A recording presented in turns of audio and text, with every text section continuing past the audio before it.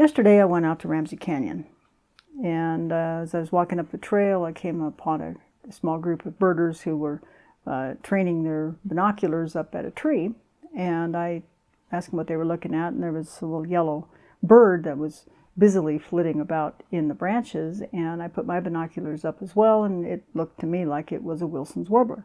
So later on that morning, I came upon another group of birders who were looking at low tree branches and a large shrub. Then they said there was a very bright yellow bird back in there, and one of their members of their group said that it was a prothonotary warbler. And those are not birds that are around here. That's an eastern bird, eastern warbler.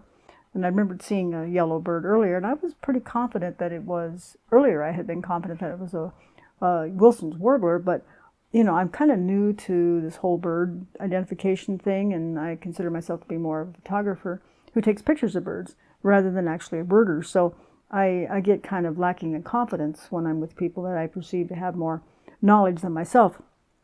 So anyhow, I turned my camera around, found the picture of the bird that I'd taken earlier, and this fellow that was in their group, who was also a photographer, said that my bird was a prothonotary warbler. And so, okay, so I got excited, and I'm thinking, great, I got a new bird, I even got a picture of it, this is fabulous.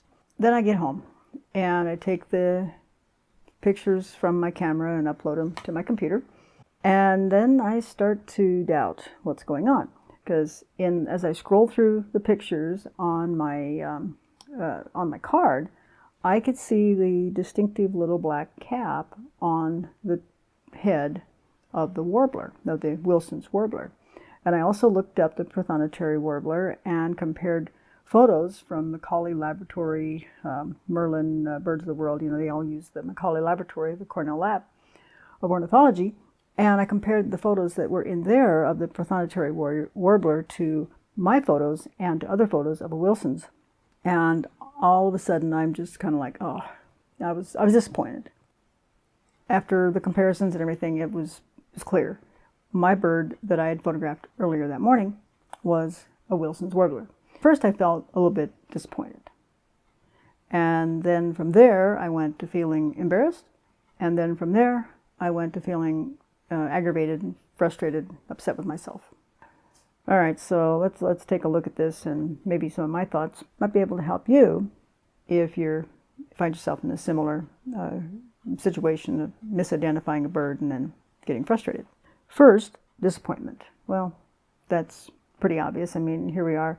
I think I found a rare bird, one that's not typically here in southeast Arizona, and all of a sudden it's a Wilson's warbler. Okay, so I got over the disappointment part pretty quickly. Second thing was embarrassment.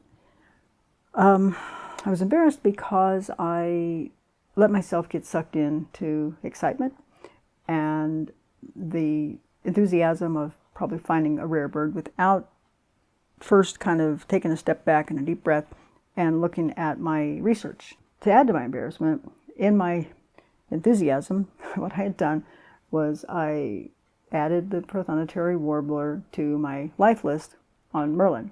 So I was upset with myself about that. I felt kind of silly, kind of foolish. I was upset with myself for just jumping to conclusions and making real rookie mistakes. I want to leave you with 3 tips that might be useful in case you find yourself in a similar situation where you kind of feel frustrated with yourself for misidentifying a bird. First is to stay humble and to stay curious, keep learning, but also trust what you've already learned. And I had allowed myself to just kind of default to assuming that everybody else knows more than I do. And while there are birders who've been at this for their entire life, decades, they are certainly, many of them, much more accomplished than I am. But I've also put in time to study and learn about the birds. So when there are species that I can confidently identify, I need to trust myself. So the second thing would be to avoid getting too emotional and excited, which can lead to the frustration of misidentification, as I've been explaining here. Wait, study it out, and compare. And the third thing is, maybe this is the most important, cut yourself some slack. We're all learning. Everybody makes mistakes. And that's all right, because that's how we learn. So, as always, thanks for watching. Appreciate your time. And if you find this video worthwhile, give it a thumbs up and subscribe. And to those who have subscribed, thank you very much. I appreciate that. It really means a lot to those who've left comments and have subscribed. So so hit the bell icon as well. And so you'll be sure to be notified of future videos right here on Birds and More. So until next time, bye for now.